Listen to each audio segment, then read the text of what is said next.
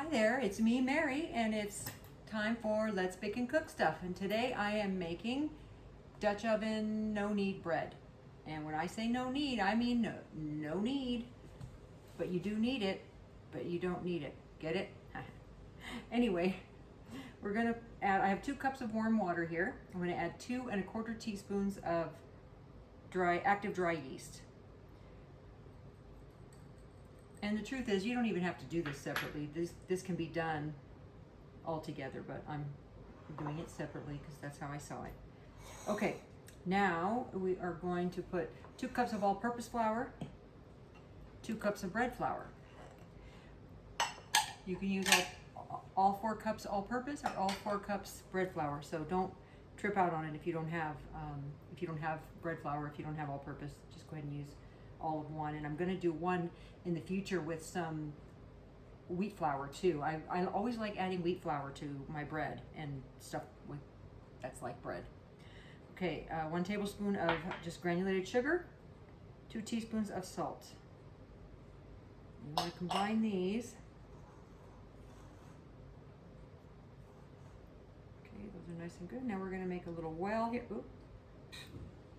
This is a real sticky dough, and so even if you wanted to knead it, you couldn't unless you added a bunch more flour because it's pretty sticky. You're just gonna dump it in your bowl and then dump it in the Dutch oven. So, okay, now I'm mixing this up. Now I'm adding 1 tablespoon of olive oil. Use vegetable oil, butter, whatever you like, coconut oil.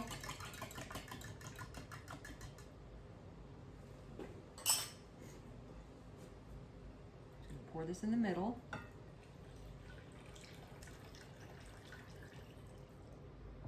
This is a great bread. The first time I ever made it, I had a bunch of family members coming over, and I made 1 loaf earlier in the day because I hadn't tried it before. So I made 1 loaf early in the day, and then by the time it got to be dinner time, I was like, oh, you know what? I better make another one because it was really good. And though we didn't go through both loaves, we did go through more than one. So. And it's so easy. Literally, I'm gonna mix this up right now.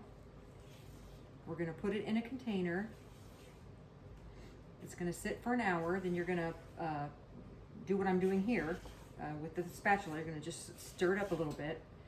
And then after an hour after that, then you bake it. And I am just going to scrape this out.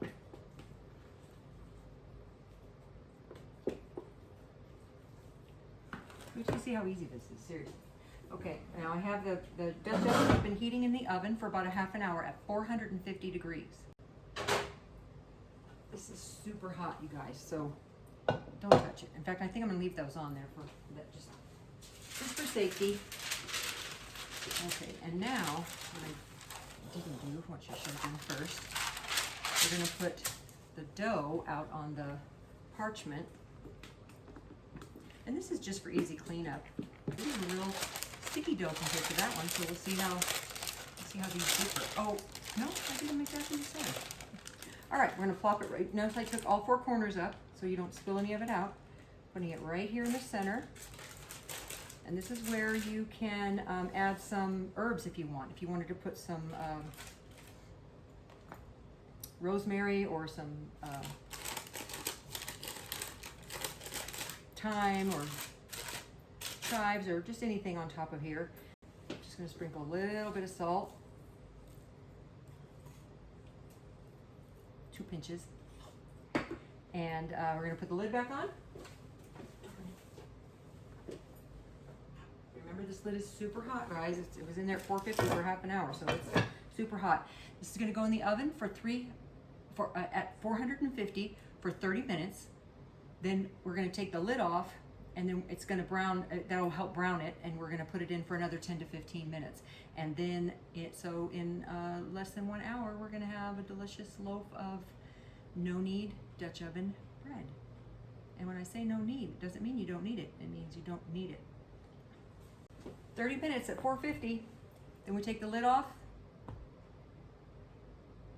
10 to 15 more minutes, so it's browned how you like it. It comes out, it's a nice crispy texture. It's delicious. It really is. It's such a good bread.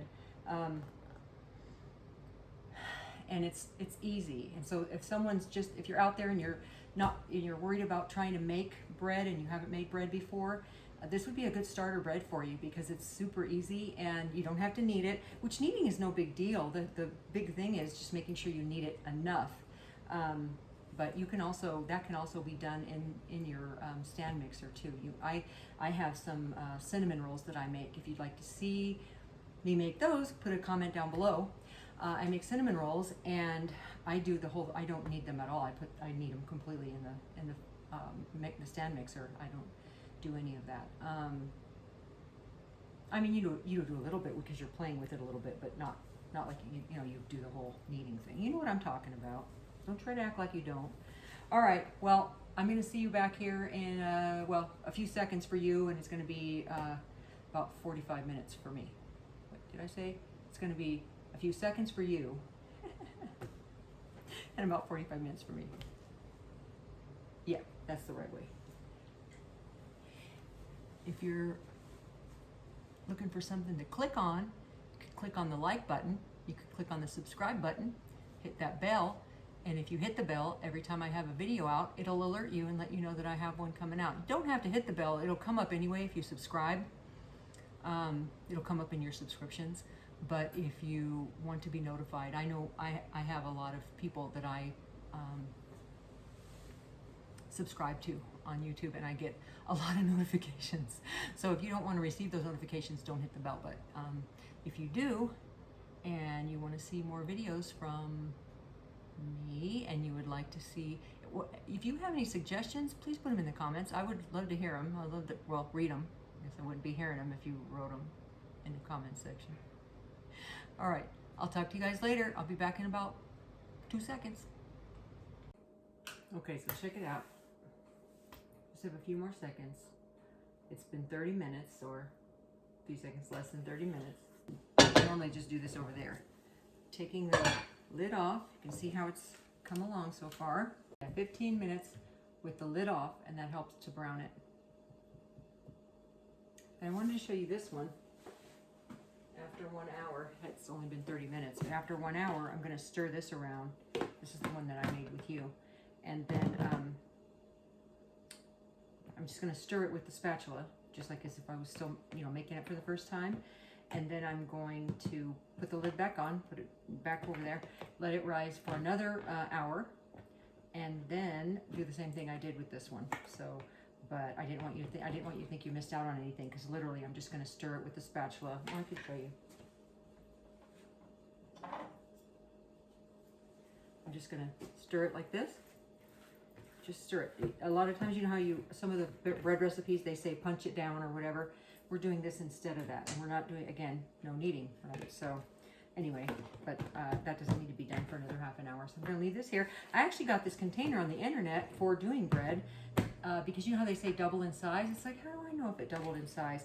But this actually, if it starts here and goes up to here, then you know that it's doubled in size, right? Or if you start it here and it goes up to here. So, and double in size is sort of relative anyway. To me, if the hour has gone by and it's not freezing cold in your house, then your hour is your hour. So I do put more yeast in. A lot of the recipes that I looked at for the Dutch oven bread, I put more yeast just because I like the yeasty flavor. But if you wanted to use less, I do the 2 1/4 teaspoons because that's how much a packet is. I don't use the packets. I get the big bulk yeast, so I don't use the packets, but I know a lot of other people do because they don't bake as much as I do. So just so you know that's available to you as well. If you wanted to use a little bit less yeast, if you wanted to divide it in half and do two loaves, you could do that. But notice it's not going to rise like this is because it doesn't have as much yeast in it. 15, well now 13 minutes. See you back here in a minute. We have bread. I know, right? Now the hard part is letting it sit and cool. I'm just going to let it cool 10 to 15 minutes. Oops.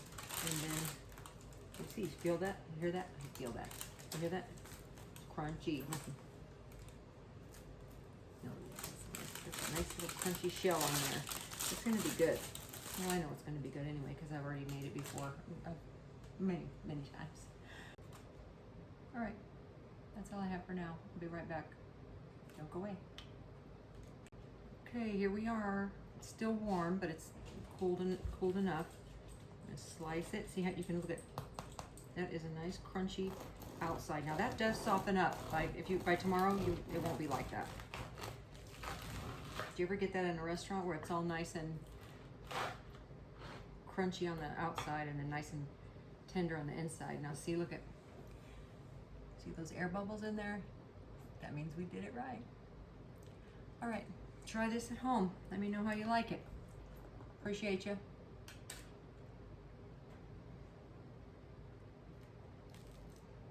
The outside is nice and crunchy. Inside's nice and airy. Yeasty. It's delicious. Give it a try. Let me know how you like it.